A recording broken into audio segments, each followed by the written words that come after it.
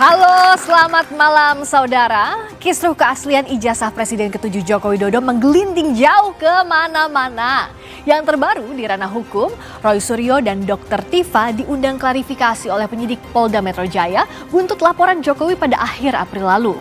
Jokowi sendiri melaporkan sejumlah nama setelah tim pembela ulama dan aktivis 1 TPUA lebih dulu membuat aduan dugaan ijazah palsu Jokowi ke Barreskrim Polri.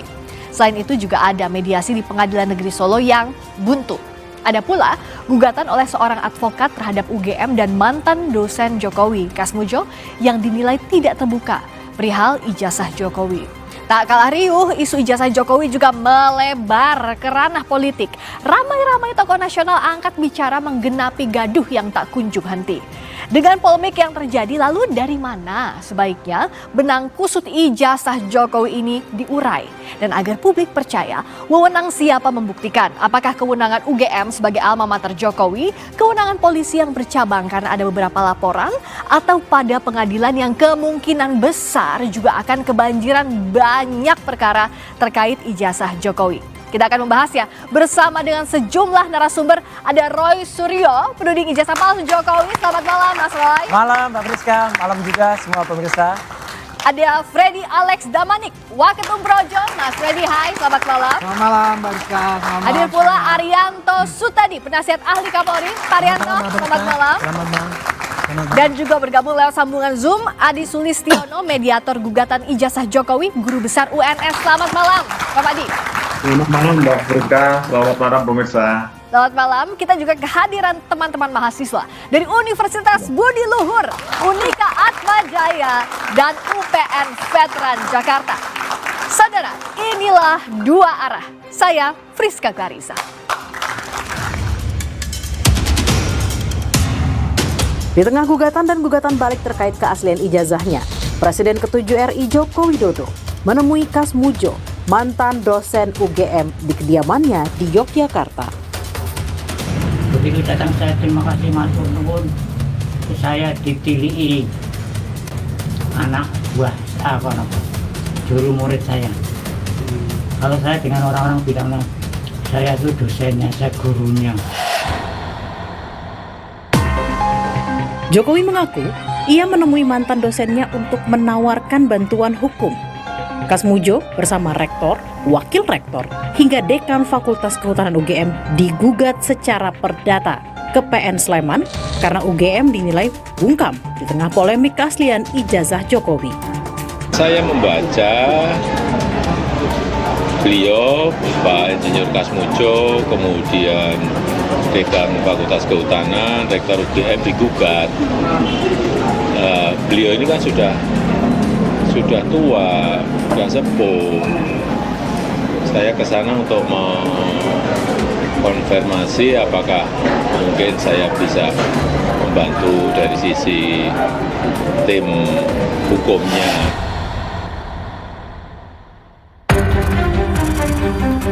Kegaduhan isu keaslian ijazah Jokowi tak hanya karena saling lapor ke polisi dan saling gugat di pengadilan.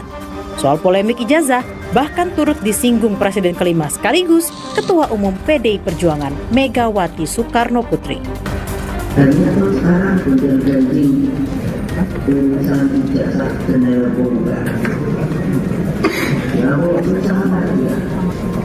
Kalau ijazah itu masih ada di ijazah saya.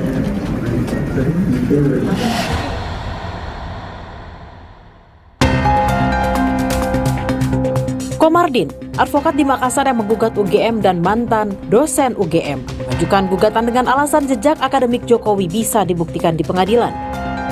Semakin hari semakin panas, semakin hari. Nah, ini tentu berpengaruh kepada pendidikan kita. Kenapa bisa begini? Mungkin arsip jasanya kah? Atau skripsinya kah? Jadi termasuk jasanya itu kita minta dibuktikan di pengadilan.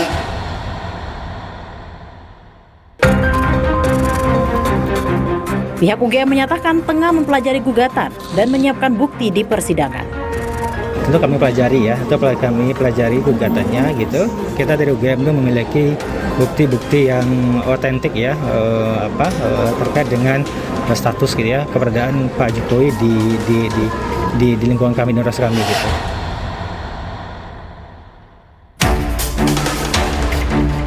Di luar gugatan terhadap UGM dan mantan dosen Jokowi, proses hukum tengah berjalan di Pengadilan Negeri Solo, Barreskrim Polri, maupun Polda Metro Jaya. Di Pengadilan Negeri Solo, mediasi buntu karena pihak Jokowi sebagai tergugat menolak menunjukkan ijazah yang diminta penggugat. Sementara, pada hari Kamis, Roy Suryo dan Dr. Tifa telah dimintai klarifikasi di Polda Metro Jaya soal tuduhan ijazah palsu. Sedangkan pekan lalu, Jokowi telah mengutus sang adik ipar Wahyudi Andrianto untuk membawa ijazahnya ke Barreskrim Polri.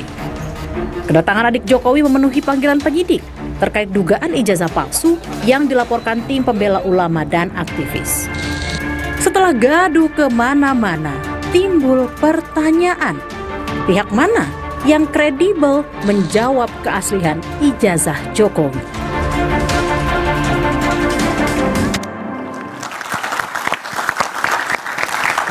Dalam hidup ini kan yang jadi pertanyaan kejelasan status ya. Nah, tapi kalau dalam kasus laporannya Pak Jokowi yang diajukan oleh Pak Jokowi, statusnya Mas Roy ini apa sih, terlapor atau apa? Lah itu menarik kan. Jadi kemarin tuh ada pelapor yang sudah menuliskan locus delicti dan tempus delicti dengan sangat berani. Tapi ternyata tidak seperti yang diomongkan sebelumnya. Kan yang diomongkan sebelumnya kan lawyernya mengumbar tuh, ember istilahnya. Ya, kami melaporkan RS, RSTT, ES dan ternyata nggak ada menurut kepolisian. Jadi kan kasihan polisi ini. Tuh, Mas Roy itu statusnya apa sampai sekarang dari kemarin Nggak ada. polisi? Statusnya saya independen. Diundangnya sebagai apa? Diundangnya memang tertulis sebagai saksi.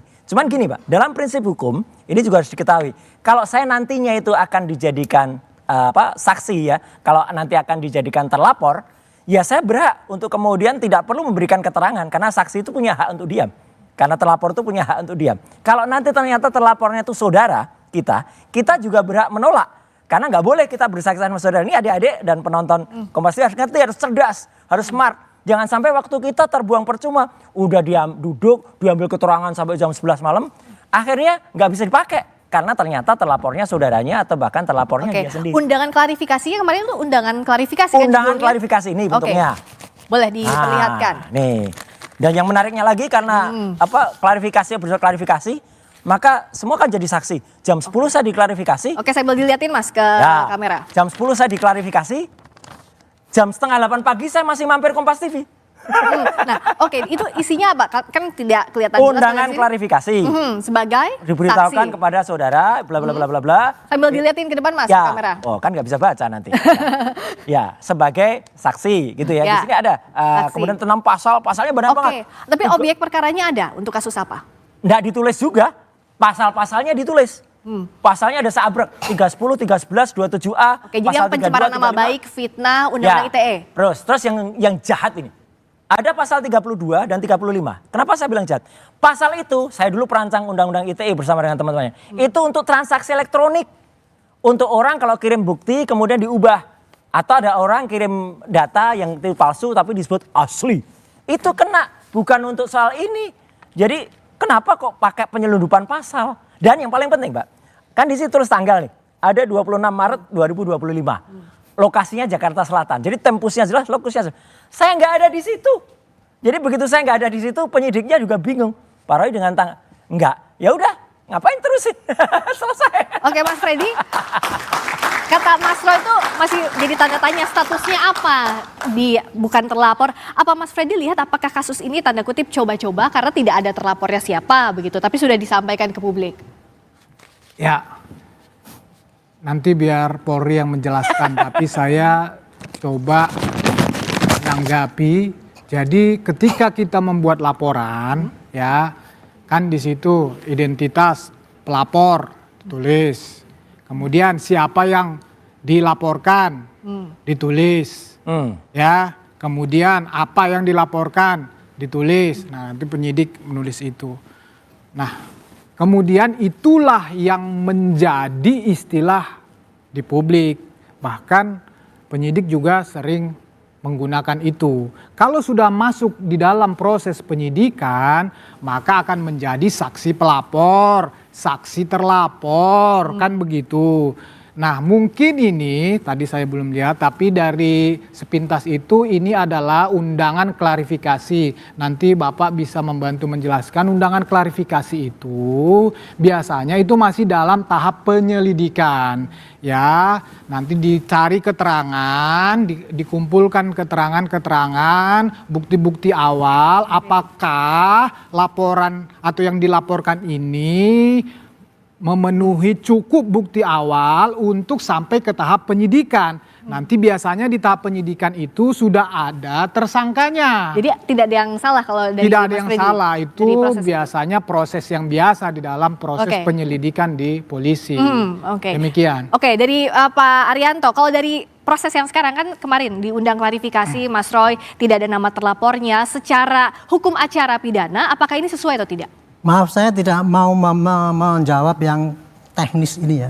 Tapi saya akan ingin melihat masalah ini, masalah skala besar, global. Ya.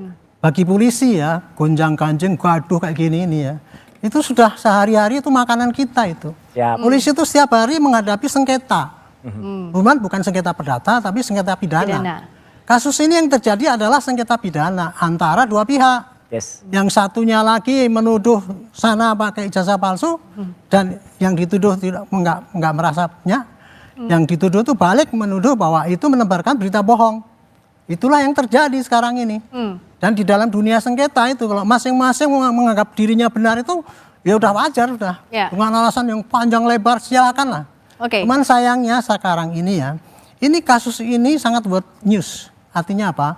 Gampang diviralkan dan ini bagus untuk makanan media ini. Oke, nah Ya. Pak, tapi kan jadi edukasi juga gini, kalau untuk tahapan penyelidikan seperti apa? Mencela dia. Saya hanya mengatakan kasus ini mudah viral. Kenapa? Melibatkan tokoh. Oke. Yang kedua ada indikasi ada yang ditutup-tutupi, ada yang nggak jujur. Nah. Ya. Itu pasti akan dikejar oleh Mas. Dan ketiga menimbulkan perdebatan yang berkepanjangan. Oke. Yang keempat menarik simpati dari masing-masing pihak itu punya simpati yang gede gitu. Nah ini sudah pasti world news. Sayangnya yang selama ini penanganannya tidak kepada proses yang seharusnya. Oh, apa itu? Menurut saya proses ini harus diselesaikan sengketa pidana itu Ya. harus dipakai proses pidana. Pidananya satu ya, ada dua nih pidananya. Oke, ada dua pidana. Pidananya satu, orang menuduh ijazah Ijazah palsu. Ya, Itu nanti akan kita cek nanti apakah ijazah itu betul apa tidak. ya. Mana yang salah, mana yang benar. Yang satunya lagi itu berita bohong itu. Pidananya dua itu kan. Ya. Nah, itu saya sekarang senang apa? Karena sudah Pak Jokowi sudah lapor ke Polda atau Metro mana Jaya. saya nggak tahu ya. Polda Polda Metro. Metro Jaya. Dan sana juga sudah lapor juga ke polisi kan. Ya. Baris Krim. Baris Krim. Dua-duanya itu berarti akan ditangani secara track yang benar. Gitu. Jadi saya optimis bahwa kasus ini kalau polisinya mau sigap cepet gitu ya dan jujur terbuka, ini akan pending kepada nanti di proses pengadilan Ya. dan disitulah nanti akan kelihatan siapa yang sebetulnya benar, siapa yang kemudian salah. Oke, jadi kalau Kira-kira kata Pak begitu, Arianto ini saudara. sudah on the track begitu ya proses Ya. hukumnya. Oke. Endingnya belum saya kasih tahu ya kira-kira, tapi prosesnya nanti gitu. Oke. Jadi polisi sekarang tugasnya tinggal menyidik dua kasus ini. Ya, soal ijazah palsu Kasus ijazah sama palsu tadi dan ya. ini. Pencemaran dengan nama baik cara dan yang fitnah. sama. Gitu. Dengan- Imbang, adil caranya. Oke, tepuk tangan Luar itu sudah on the track. Tapi tadi pas Pak Arianto menjelaskan, nahnya itu apa? Nah, Mas? nahnya inilah jenderal polisi yang tepat, bijak. Polisi saja tidak mau menjelaskan, kok tiba-tiba ada orang yang bukan polisi sudah mengatakan prosesnya begitu. Dapat dari mana pengetahuan itu? Mas Fred, kan coba gitu kan, jenderal polisi saja Oke. siap, Pak Arian. Dan beliau penasihat ahli Kapolri. Jadi sudah mengarahkan dengan Ya, polisi sudah yang- on the track. Oke, Mas Fred, Ya kan? silakan. Itulah. Yang saya sampaikan tadi sejalan dengan apa yang disampaikan beliau. Beliau menyatakan proses itu sudah benar kan? Sudah tepat kan? Jadi sejalan. Beliau nggak komentar soal itu, Mas. Saya sepakat dengan beliau, proses yang sedang berjalan ini, proses hukum ini sudah tepat untuk menyelesaikan kasus ini. Ya, kami juga, Pak Jokowi juga mengambil upaya hukum ini sebagai langkah terakhir. Ya, setelah ya klarifikasi penjelasan yang dilakukannya, pengacaranya dari UGM, ya, dari teman-teman kuliahnya, teman-teman yang bareng wisuda, kemudian juga dari mantan anggota KPU juga sudah menjelaskan, tapi tetap saja Ya. Mas Roy dan kawan-kawan ini tidak Enggak, percaya. belum langkah terakhir. Dan tadi sebagai pembuka lead tadi berita itu bagus sekali, Mbak Friska. Ya. Terima kasih Kompas TV. Tadi kan ditunjukkan. Dan terus Jokowi datang udah- ke tempatnya Pak Kasmujo. Dan apa jawaban Pak Kasmujo? Matur nuwun Pak Kasmujo. Beliau menjawab, jujur saja, orang itu sebaiknya kejujur. Dan beliau mengatakan, saya bukan dosen pembimbing skripsi Jokowi. Bukan juga saya dosen pembimbing akademiknya. Karena dulu Pak Kasmujo itu pada tahun 80 sampai 85 beliau masih asdos. Asdos tuh nggak berhak tanda tangan di situ. Jadi bohong semua soal Pak Kasmujo itu, apalagi nggak ada namanya di skripsi. Oke, dari awal proses dianggap tidak jujur. Ya, jadi kan tadi kan saya melanjutkan sedikit apa yang saya sampaikan. Jadi kan semua yang berhak menyatakan tentang ijazah palsu ini kan sudah melakukan penjelasan dan klarifikasi. Tetapi Mas Roy dan kawan-kawan ini kan terus saja memainkan isu atau menuduh ijazah palsu. Ini fakta Mas, bukan isu Mas. Oleh karena itu Pak Jokowi melaporkan. Kan itu dasarnya ya, merasa martabat dan kehormatannya diserang. Saya menanggapi yang tadi masalah Pak Kasmujo ini. Pak Kasmujo ini silahkan ya, Pak Kasmujo ini kan nggak berdiri sendiri. Ya, ini kan bagian dari UGM. Justru saya melihat justru kehadiran Pak Kasmujo ini di publik ini semakin memperkuat bahwa benar Pak Jokowi itu alumni UGM. Alumni itu bukan berarti lulus, Mas. Kehadiran Pak Kasmujo di situ tidak terlepas dari UGM. Gugatannya saja yang khususnya di Makassar itu menyertakan Pak Kasmujo karena Pak Kasmujo dianggap ya ada keterlibatannya di dalam baik. dalam ijazahnya Pak Jokowi ini, di dalam hubungannya dengan Pak Jokowi ini hubungan dengan ijazah palsu. Soal kan ijazah begitu. palsu ini tidak hanya di pidana tapi ada juga perdata tadi yang menyinggung nama Pak Kasmujo. Bicara soal Pak Kasmujo yang sudah muncul juga dan didatangi oleh Pak Jokowi, sebenarnya seperti apa sih posisinya dalam kasus ini? Sesaat lagi di Dua Arah.